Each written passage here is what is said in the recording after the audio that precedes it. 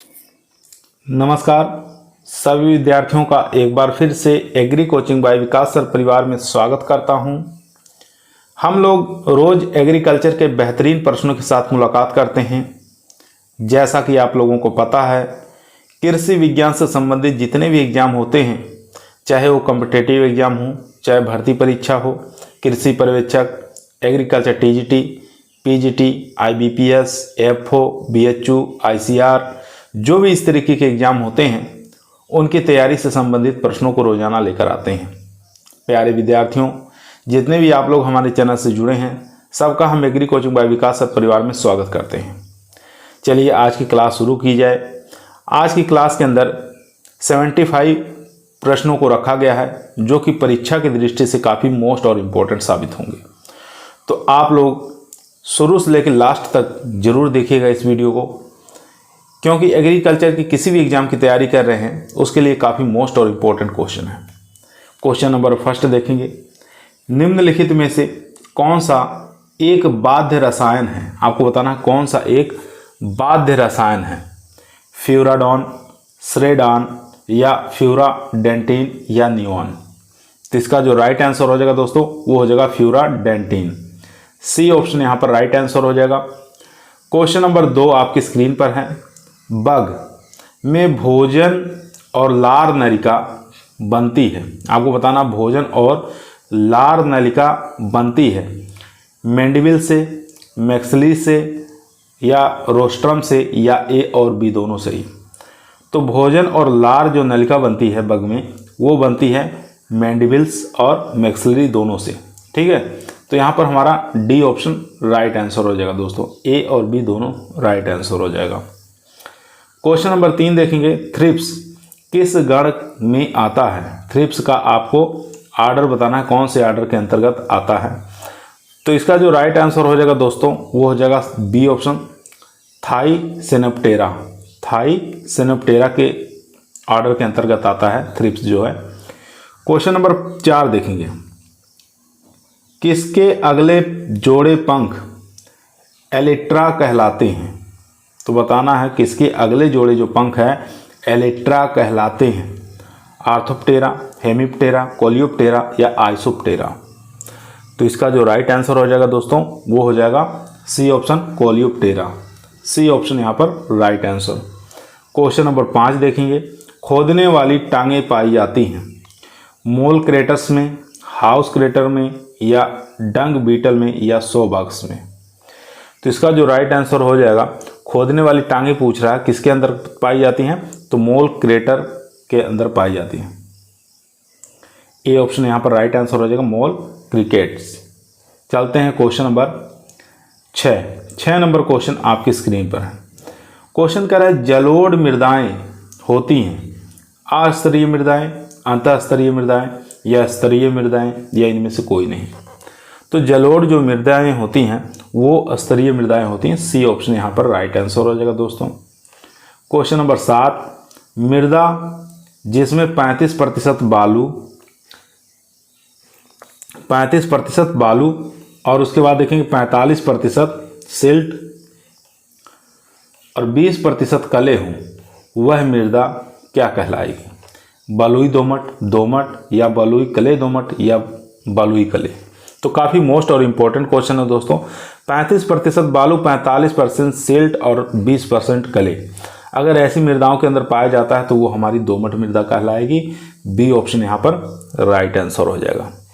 Question number 8 देखेंगे, जोड़े में बोए जाने वाले गेहूं के लिए उपयुक्त मृदा तापक्रम होती है। सॉरी दोस्तों, यहाँ पर जाड़े लिखा हुआ है। जाड़े में बोए जाने वाले गेहूं के लिए उपयुक्त मृदा तापक्रम होता है। तो इसमें से बताइए 5 से 35 डिग्री सेंटीग्रेड, 15 से 27, 12 से 20 या 35 से 40 डिग्री सेंटीग्रेड। तो इसका जो राइट आंसर हो जाएगा दोस्तों वो हो जाएगा बी ऑप्शन, यानी कि 15 से 27 डिग्री सेंटीग्रेड सर्दियों में आवश्यकता पड़ती है अगर गेहूं की बुआई कर रहे हैं तो। क्वेश्चन नंबर देखेंगे 9 नंबर क्वेश्चन आपकी स्क्रीन पर आ चुका है। क्वेश्चन कर रहा है, मृदा जिसमें उपलब्ध P2O5 की मात्रा 20 किलोग्राम पर हेक्टेयर से कम हो उसे रखते हैं निम्न श्रेणी में, मध्यम श्रेणी में, उच्च श्रेणी में या अति उच्च श्रेणी में। तो ऐसी मृदा जिसमें P2O5 की मात्रा 20 किलोग्राम पर हेक्टेयर से कम रखते हैं उसको किस में रखते हैं, तो उसको निम्न श्रेणी के अंतर्गत रखा जाता है। ए ऑप्शन यहाँ पर राइट आंसर हो जाएगा दोस्तों। क्वेश्चन नंबर 10 देखेंगे, निम्नलिखित में से कौन एक सिगरेट बीटल है। तो सिगरेट बीटल बताना है कौन सा हो जाएगा इसमें से, तो काफ़ी अच्छा इंपॉर्टेंट क्वेश्चन है। तो लेसियोडर्मा, तो यहाँ पर सी ऑप्शन राइट आंसर हो जाएगा। एक प्रकार का सिगरेट बीटल है लेसियोडर्मा। क्वेश्चन नंबर 11 देखेंगे, एपेरिकेनिया मिल्नोल्यूका एक परजीवी है। तो एपेरिकेनिया जो है एक प्रकार का परजीवी जो माना गया है वो पायरिला का माना गया है। सी ऑप्शन यहाँ पर राइट आंसर हो जाएगा दोस्तों, pyrilla right answer. Question number देखेंगे 12 नंबर क्वेश्चन कह रहा है, धान में रजत प्रारोह बनता है, सिल्वर सूट बनता है धान में, बताना है सफ़ेद मक्खी से, गाल मक्खी से, तना छेदक मक्खी से या ग्रास हॉपर से। तो सिल्वर सूट जो बनता है वो गाल मक्खी से बनता है। बी ऑप्शन यहाँ पर राइट आंसर हो जाएगा दोस्तों। क्वेश्चन नंबर देखेंगे 13, निम्न में से कौन पार्थेनियम भक्षक है। पार्थेनियम भक्षक बताना है दोस्तों कौन सा है इसमें से, तो पार्थेनियम भक्षक जो होता है वो होता है जाइगोग्रामा बाइकुलोराटा। सी ऑप्शन यहाँ पर राइट आंसर हो जाएगा, जाइगोग्रामा। क्वेश्चन नंबर चलते हैं 14 पर। क्वेश्चन नंबर 14 आपके स्क्रीन पर आ चुका है दोस्तों। क्वेश्चन कह रहा है फोरेट की क्रिया विधि क्या है। स्पर्शी है, ध्रुमक है, सर्वांगी है या स्पर्शी और ध्रुमक दोनों है। तो फोरेट की क्रिया विधि पूछ रहा है तो ये हो जाएगा सर्वांगी। सी ऑप्शन दोस्तों राइट आंसर हो जाएगा। दोस्तों यदि आप लोगों को वीडियो पसंद आ रही है तो लाइक करिए, दोस्तों में शेयर करिए, चैनल पर नए आए हैं तो सब्सक्राइब करना ना भूलिए। Question number 15, chrysalis pupa beetle का है, मधुमक्खी का है, मच्छर या तितली का। तो क्राइसेलिस प्यूपा जो है एक प्रकार का तितली का है, ठीक है। यहाँ पर डी ऑप्शन राइट आंसर हो जाएगा। क्वेश्चन नंबर देखेंगे 16, निम्न में से कौन बैगन का प्रारोह फल बेधक है। तो उसका वैज्ञानिक नाम बताना है। बैगन का जो प्रारोह होता है फल बेधक, तो अगर उसका वैज्ञानिक नाम आपको याद है तो आसानी से कर ले जाएंगे। उसका वैज्ञानिक नाम होता है ल्यूसिनोडस आर्बोनेलिस। यहाँ पर सी ऑप्शन दोस्तों राइट आंसर हो जाएगा। क्वेश्चन नंबर चलते हैं 17 नंबर क्वेश्चन आपकी स्क्रीन पर आ चुका है। क्वेश्चन कह रहा है मेगार्ड्स के मुखांग किस तरह के होते हैं। तो मेगार्ड्स के मुखांग पूछ रहा है, बाइटिंग एंड चेविंग होते हैं, चुभाने और चूसने वाले होते हैं, या साइफनाकार होते हैं, या स्पंजिंग होते हैं। तो मेगार्ड्स के जो मुखांग होते हैं बाइटिंग और चेविंग होते हैं। ए ऑप्शन यहाँ पर राइट आंसर हो जाएगा दोस्तों। क्वेश्चन नंबर देखेंगे 18, पेल्पीजर आधारीय भाग है। तो पेल्पीजर जो है आधारीय भाग किसका है, तो वो हो जाएगा मैक्सिलरी पेल्प का। यहाँ पर बी ऑप्शन राइट आंसर हो जाएगा दोस्तों। क्वेश्चन नंबर देखेंगे 19, मृदा सुधारक है। तो मृदा सुधारक इसमें से कौन सा है ये आपको बताना है। अमोनियम सल्फेट ये तो होगा नहीं, जिप्सम ये हो जाएगा, रॉक फास्फेट और डीएपी ये दोनों नहीं होंगे। तो यहाँ पर बी ऑप्शन हमारा राइट आंसर हो जाएगा दोस्तों। क्वेश्चन नंबर 20 देखेंगे। 20 नंबर क्वेश्चन आपकी स्क्रीन पर है। क्वेश्चन कह रहा है, मृदा में जीवाश्म पदार्थ की मात्रा ज्ञात करने के लिए जीवाश्म कार्बन की मात्रा को किस गुणन से गुणा करते हैं। किस गुणक से गुणा करते हैं ये आपको बताना है, जीवाश्म कार्बन की मात्रा को। तो यहाँ पर देखेंगे 1.924, 1.724 या सी ऑप्शन 1.824 या 1.524। तो इसका जो राइट आंसर हो जाएगा बी ऑप्शन हो जाएगा 1.724। बी ऑप्शन यहाँ पर राइट आंसर। क्वेश्चन नंबर देखेंगे 21, पादप जड़ों की वृद्धि में कौन सा पोषक तत्व तो सहायक होता है। फास्फोरस, नाइट्रोजन, लोहा, पोटास। तो पादप जड़ों की वृद्धि में पूछ रहा है तो इसका जो राइट आंसर हो जाएगा दोस्तों फास्फोरस। ए ऑप्शन यहाँ पर राइट आंसर हो जाएगा। क्वेश्चन नंबर देखेंगे 22, मृदा विलयन के किस पीएच पर H2PO4 एवं HPO4 की मात्रा समान होती है। 8.4, 6.4, 7.0, 5.2। तो मृदा विलयन के किस pH पर H2PO4 एवं HPO4 की मात्रा समान होती है? वो हो जाएगा 7। यहाँ पर सी ऑप्शन राइट आंसर हो जाएगा। क्वेश्चन नंबर देखेंगे 23 नंबर क्वेश्चन आपकी स्क्रीन पर है। क्वेश्चन कह रहा है मशरूम संबंधित है, विषाणु है, बैक्टीरिया है, फफूंद है या शैवाल है? तो सब लोग जानते हैं मशरूम क्या है। मशरूम एक प्रकार का फंगस होता है। सी ऑप्शन यहाँ पर राइट आंसर हो जाएगा दोस्तों। क्वेश्चन नंबर देखेंगे 24, अन्न वाली फसलों की फास्फेट उर्वरक उपयोग क्षमता होती है। अन्न वाली फसलों की फास्फेट उर्वरक उपयोग क्षमता कितनी होती है? 20%, 30%, 40 या 50? तो इसका जो राइट आंसर हो जाएगा दोस्तों 20% ही उपयोग क्षमता होती है। क्वेश्चन नंबर देखेंगे 25, उत्तर प्रदेश के सिंचित तथा परितंत्र में सामान्य दशा में बोई गई चने की फसल पक कर तैयार होती है। तो उत्तर प्रदेश में सिंचित क्षेत्र में पूछ रहा है, अगर कोई सामान्य दशा में बोई गई फसल है चने की तो कितने दिन में पककर तैयार हो जाती है, ये आपको बताना है। 150 से लेकर 155, 135 से 140, 120 से 125 या 115 से 120? तो इसका राइट आंसर हो जाएगा यहाँ पर ए ऑप्शन, 150 से लेकर 155 दिन में तैयार हो जाती है। क्वेश्चन नंबर देखेंगे 26, कौन सा कारक नाइट्रिफिकेशन को प्रभावित नहीं करता है? यहाँ पर नहीं शब्द आया, ध्यान देंगे। तो कौन सा कारक इसमें से नाइट्रिफिकेशन को प्रभावित नहीं करता है? वायु, बीज, तापक्रम या नमी? तो इसका जो राइट आंसर हो जाएगा दोस्तों वो हो जाएगा बीज प्रभावित नहीं करता है। क्वेश्चन नंबर देखेंगे 27, जिंक सल्फेट को निम्न में से किसके साथ मिलाकर प्रयोग नहीं किया जाता? क्वेश्चन को ध्यानपूर्वक पढ़ लीजिए। जिंक सल्फेट को निम्न में से किसके साथ मिलाकर प्रयोग नहीं करना चाहिए? चलिए ऑप्शन देख लेते हैं, काफ़ी अच्छा और इम्पोर्टेंट क्वेश्चन है। चारों ही ऑप्शन दोस्तों आपके स्क्रीन पर आ चुके हैं। फर्स्ट ऑप्शन देखेंगे DAP, कंपोस्ट खाद, अमोनियम क्लोराइड, यूरिया। तो इन चारों में से बताइए कौन सा राइट आंसर हो जाएगा? तो इसका राइट आंसर हो जाएगा ए ऑप्शन DAP।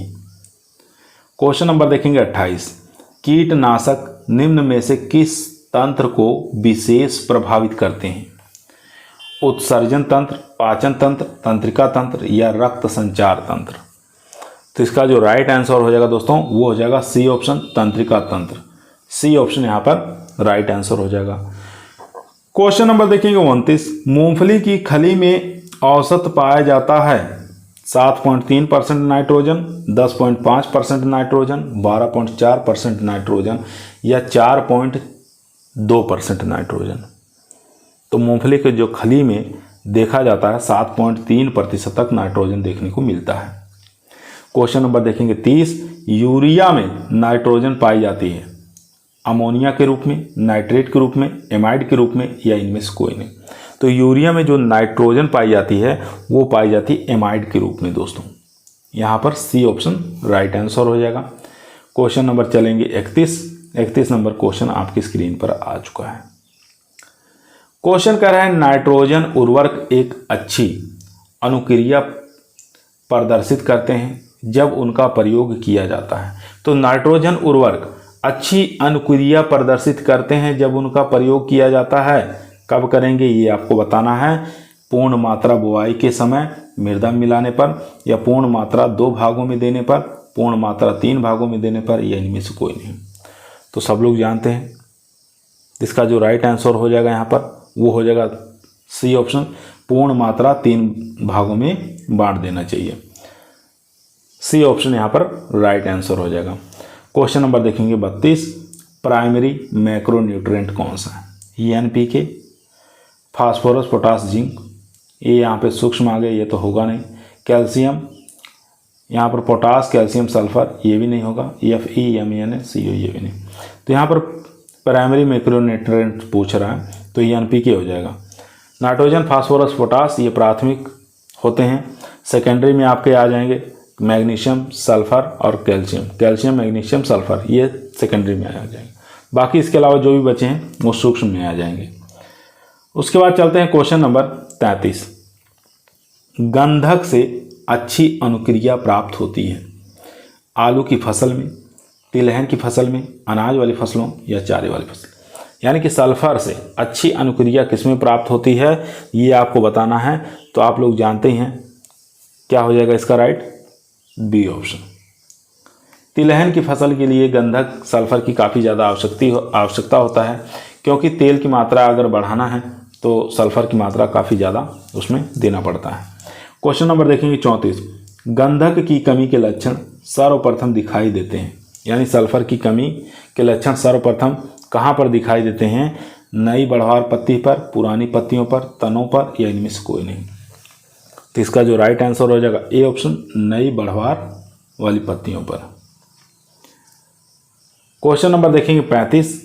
शुष्क और अर्ध शुष्क क्षेत्र अधिक उपयुक्त होते हैं जल अप्रदन के लिए, वायु अप्रदन के लिए, जल और वायु अप्रदन दोनों के लिए, या इनमें से कोई नहीं? तो इसका जो राइट आंसर हो जाएगा बी ऑप्शन, वायु अप्रदन के लिए।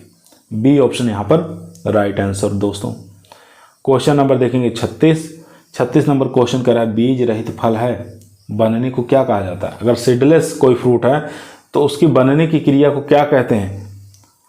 हार्कोगेमी कहते हैं, पार्थेनोकार्पी कहते हैं, पार्थेनोजेनेसिस कहते हैं, या मोफ्रोजेनेसिस कहते हैं? तो राइट आंसर हो जाएगा यहाँ पर पार्थेनोकार्पी के नाम से जाना जाता है सीडलेस फ्रूट।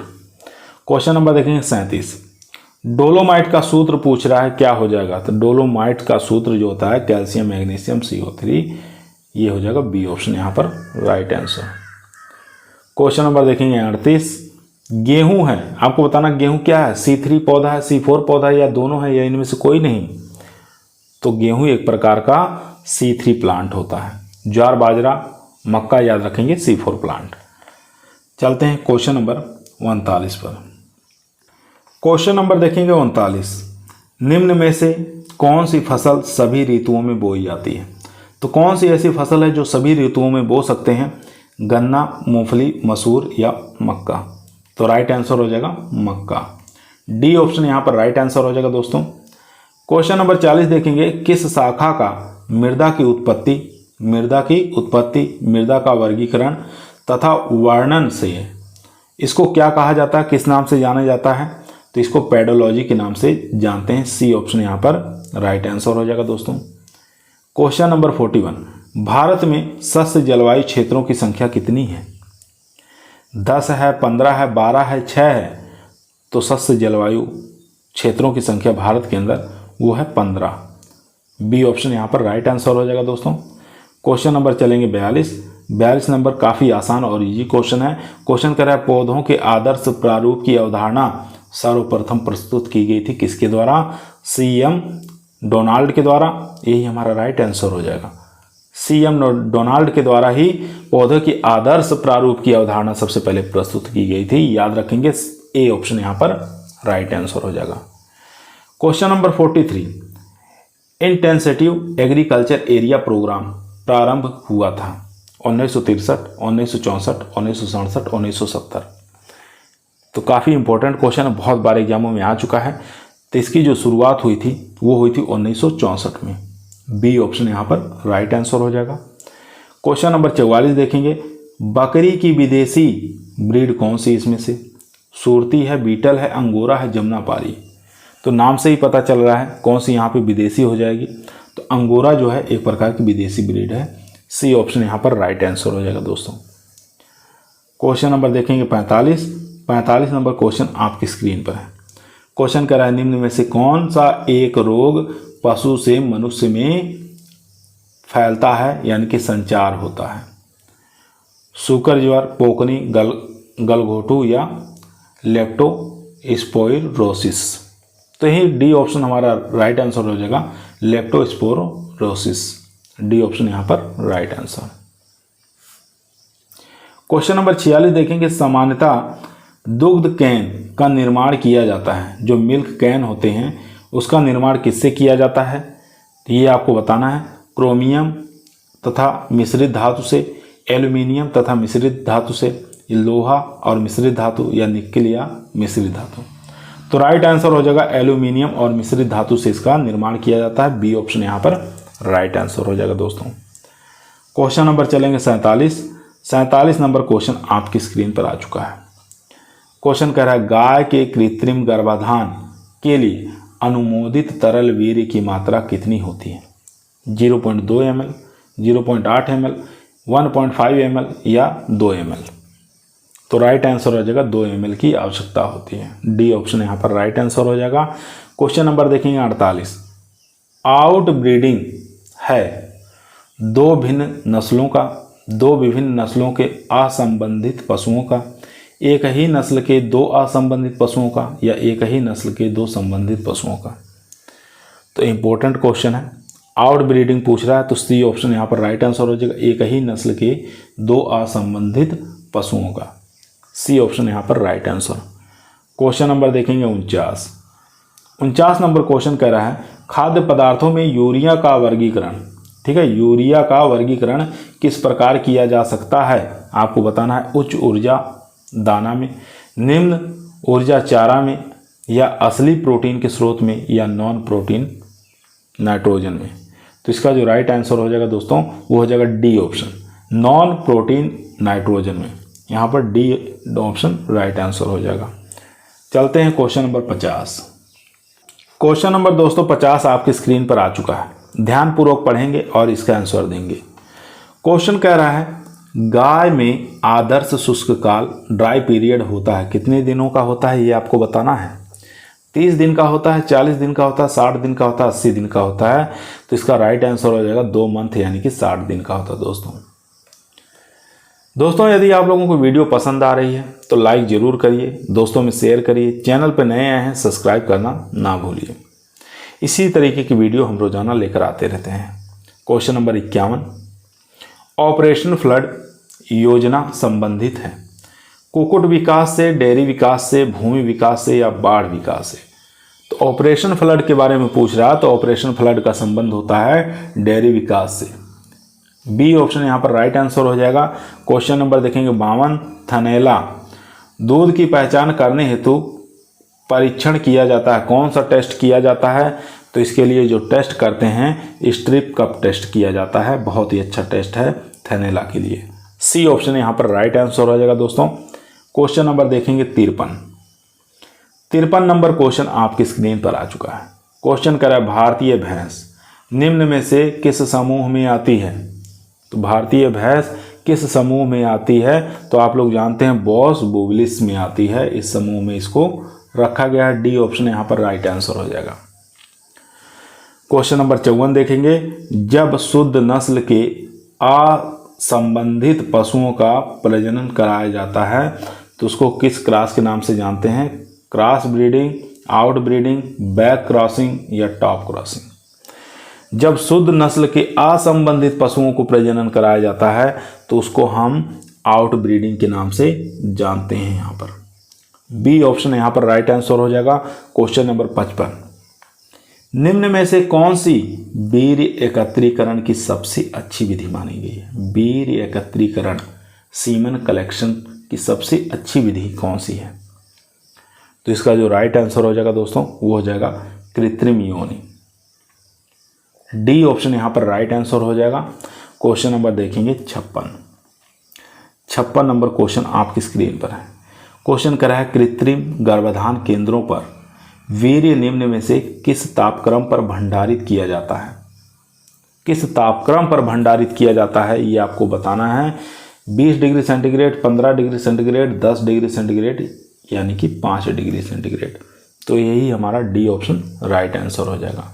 किस गैस के अंदर रखते हैं? नाइट्रोजन गैस में रहते हैं, उसका -196 डिग्री सेंटीग्रेड होता है। क्वेश्चन नंबर देखेंगे 57, निम्न में से विदेशी नस्ल की गाय कौन सी है? विदेशी नस्ल की गाय पूछ रहा है, कौन सी है? कांगयाम है, आयरशायर है, बरगुल है, या थारपारकर है? तो यहाँ पर आयरशायर जो है ये विदेशी नस्ल की गाय है। बी ऑप्शन यहाँ पर राइट आंसर। क्वेश्चन नंबर देखेंगे 58, अच्छा दूध देने वाली जमुनापारी बकरी 305 दिन के ब्यांत में बताना है किस सीमा तक दूध दे देती है? 305 दिन के ब्यांत काल में जमुनापारी नस्ल बकरी की कितना दूध दे देती है? 250 किलोग्राम, 300 किलोग्राम, 500 किलोग्राम, 600 किलोग्राम? तो इसका जो राइट आंसर हो जाएगा 300 किलोग्राम तक दूध दे देती है। बी ऑप्शन यहाँ पर राइट आंसर हो जाएगा दोस्तों। क्वेश्चन नंबर चलते हैं 59 पर। 59 नंबर क्वेश्चन स्क्रीन पर है। क्वेश्चन कह रहा है निम्न में से कौन पशु उपजात में आता है। पशु उपजात के अंतर्गत कौन आता है। टेरामाइसिन आता है, ईस्ट आता है, मखनिया दूध या मिल्क मीन। तो राइट आंसर हो जाएगा पशु उपजात जो है मखनिया दूध। सी ऑप्शन यहाँ पर राइट आंसर हो जाएगा। क्वेश्चन नंबर देखेंगे 60। निम्न में से मूंगफली की खली में कौन सा पोषक अनुपात होता है। तो नैरो एनआर होता है, ये ध्यान देंगे, ठीक है, नैरो एनआर। Question number 61। आंतरिक अंगों के आधार पर बीमारी के निदान के लिए कभी कभी मरे पशुओं को लाया जाता है, इसे किस प्रकार का निदान के रूप में जाना जाता है। तो काफ़ी इंपॉर्टेंट क्वेश्चन है दोस्तों। क्वेश्चन कह रहा है, एक बार दोबारा पढ़ लीजिए। आंतरिक अंगों के आधार पर बीमारी के निदान के लिए कभी कभी मरे पशुओं को लाया जाता है, इसे किस प्रकार का निदान के रूप में जाना जाता है। चलिए ऑप्शन देखते हैं। चारों ही ऑप्शन दोस्तों आपके स्क्रीन पर आ चुका है। लाक्षणिक कहते हैं, ऐतिहासिक निदान कहते हैं, कल्चरल निदान या स्व परीक्षा निदान। तो यहाँ पर डी ऑप्शन राइट आंसर हो जाएगा, स्व परीक्षा निदान। यहाँ पर राइट आंसर हो जाएगा डी ऑप्शन। क्वेश्चन नंबर देखेंगे 62 नंबर क्वेश्चन कर रहा है, निम्न में से कौन सा सूक्ष्म जीवाणु थनैला रोग पैदा करने वाला होता है। थनैला रोग जानते हैं किसके द्वारा होता है, बैक्टीरिया द्वारा होता है। तो उस बैक्टीरिया का नाम आपको याद होना चाहिए, स्ट्रेप्टोकोकस एग्लेक्सिया। यहाँ पर ए ऑप्शन यहाँ पर राइट आंसर हो जाएगा दोस्तों। क्वेश्चन नंबर देखेंगे 63 नंबर क्वेश्चन आपकी स्क्रीन पर आ चुका है। क्वेश्चन कह रहा है, कुक्कुट आहार में निम्न में से कितना तंतु होना चाहिए। तो बताना है कुक्कुट यानी पोल्ट्री जो राशन होता है उसके अंदर कितना फाइबर होना चाहिए। 5%, 10%, 12% या 15%। तो फाइबर की मात्रा 5% होनी चाहिए। ए ऑप्शन यहाँ पर राइट आंसर हो जाएगा। क्वेश्चन नंबर 64 देखेंगे, किसी पौधे की जड़ों में वृद्धि कौन सा पोषक तत्व सहायक होता है। पौधों की जड़ों की वृद्धि में कौन सा पोषक तत्व सहायक होता है। नाइट्रोजन, पोटास, फास्फोरस या इनमें से कोई नहीं। तो राइट आंसर हो जाएगा C option phosphorus. Question number देखेंगे 65, जीरो टिलेज फर्टिसिड्रिल। आपको बताना है जीरो टिलेज फर्टिसिड्रिल है। चने की बुआई का यंत्र है, मटर की बुआई का यंत्र है, गेहूं की बुआई का यंत्र है, मक्के की बुआई का यंत्र है। तो यहाँ पर राइट आंसर हो जाएगा गेहूं की बुआई का यंत्र है जीरो टिलेज फर्टिसिड्रिल। सी ऑप्शन यहाँ पर राइट आंसर हो जाएगा दोस्तों। क्वेश्चन नंबर चलते हैं 66 पर। 66 नंबर क्वेश्चन आपकी स्क्रीन पर आ चुका है। काफ़ी मोस्ट और इम्पोर्टेंट क्वेश्चन है, बहुत बार एग्जामों में आ चुका है दोस्तों। क्वेश्चन कह रहा है, गांव का सहकारी संघ कहलाता है। गांव का सहकारी संघ क्या कहलाता है। समाज कल्याण केंद्र या गांव के मूल संस्था, ग्राम्य विकास केंद्र या ग्राम पंचायत की बैठक का प्रथम स्थान। तो राइट आंसर हो जाएगा ग्राम्य विकास केंद्र। सी ऑप्शन यहाँ पर राइट आंसर हो जाएगा। क्वेश्चन नंबर देखेंगे 67, निम्न में से कौन सी फसल गेहूं के साथ बोई जाती है। गेहूं के साथ कौन सी फसल बोई जाती है। कपास, फूल गोभी, सरसों, ज्वार।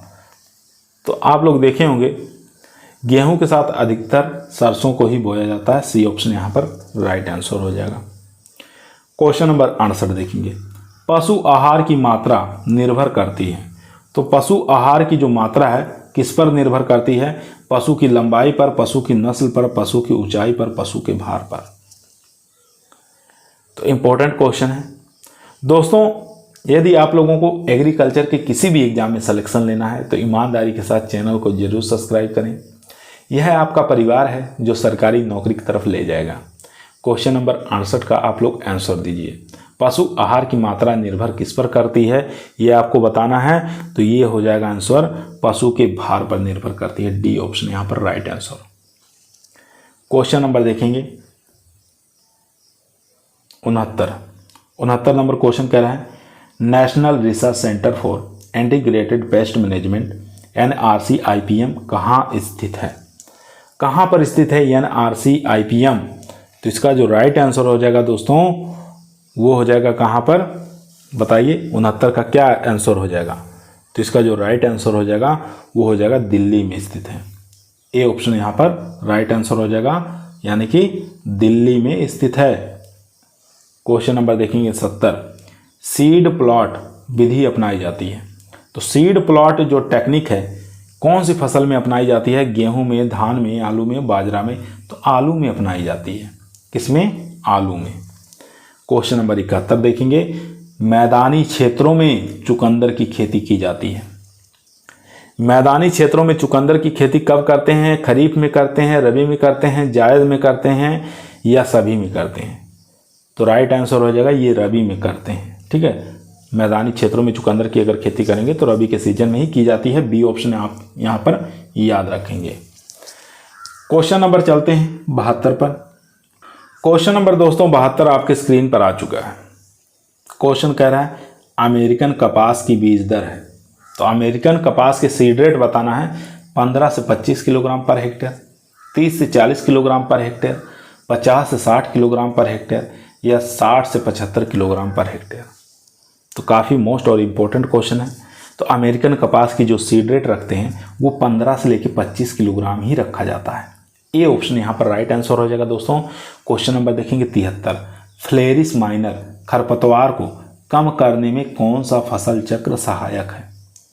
तो फ्लेरिस माइनर जानते हैं किसका खरपतवार है? तो किसका हो जाएगा? ये है गेहूं का खरपतवार, जिसको गेहूं का मामा के नाम से जानते हैं, गेहूंसा कहते हैं, गुल्ली डंडा कहते हैं। ठीक है, तो फसल चक्र बताना है इसमें से कौन सा फसल चक्र अपनाना चाहिए। तो अरहर और आलू, यहाँ पर डी ऑप्शन राइट आंसर हो जाएगा। क्वेश्चन नंबर देखेंगे 74, यदि उत्तरी भारत में मानसून जुलाई के अंतिम सप्ताह में विलंब से आता है तो किस फसल की बुआई की जानी चाहिए?